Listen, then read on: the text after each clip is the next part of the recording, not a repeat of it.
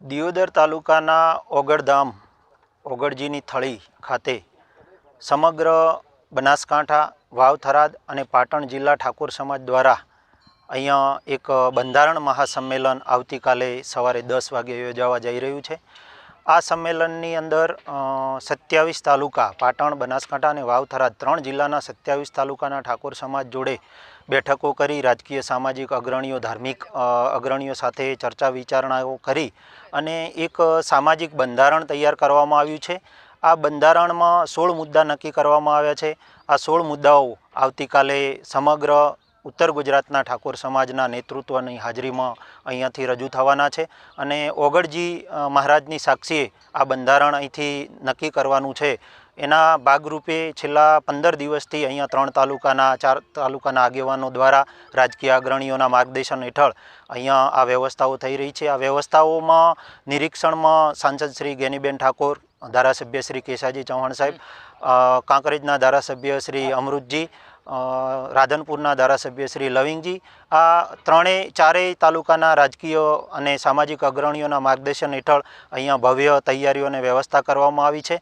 આ કાર્યક્રમની અંદર 50,000 આસપાસ ઠાકોર સમાજના લોકો ઉપસ્થિત રહેશે એવો આયોજકોનો અંદાજ છે। એની તમામ વ્યવસ્થાઓ કરવામાં આવી છે। 50,000 લોકો અહીંયા ભોજન લઈ શકે એવી તડામાર તૈયારીઓ અને વ્યવસ્થાઓ ચાલી રહી છે। 1,000 સ્વયંસેવકો, યુવાનો, આગેવાનો આ કાર્યક્રમનું તમામ વ્યવસ્થા સંભાળવાના છે, મેનેજમેન્ટ કરવાના છે। 5,000થી વધારે વાહનો આ કાર્યક્રમની અંદર આવવાના છે, તો એ 5,000થી વધારે વાહનો પાર્કિંગ થઈ શકે એવી સંપૂર્ણ વ્યવસ્થા અહીંયા કરવામાં આવી છે। હજારોની સંખ્યામાં લોકો સભા મંડપમાં બેસી શકે એ રીતે અહીંયા બેઠક વ્યવસ્થા ગોઠવવામાં આવી છે।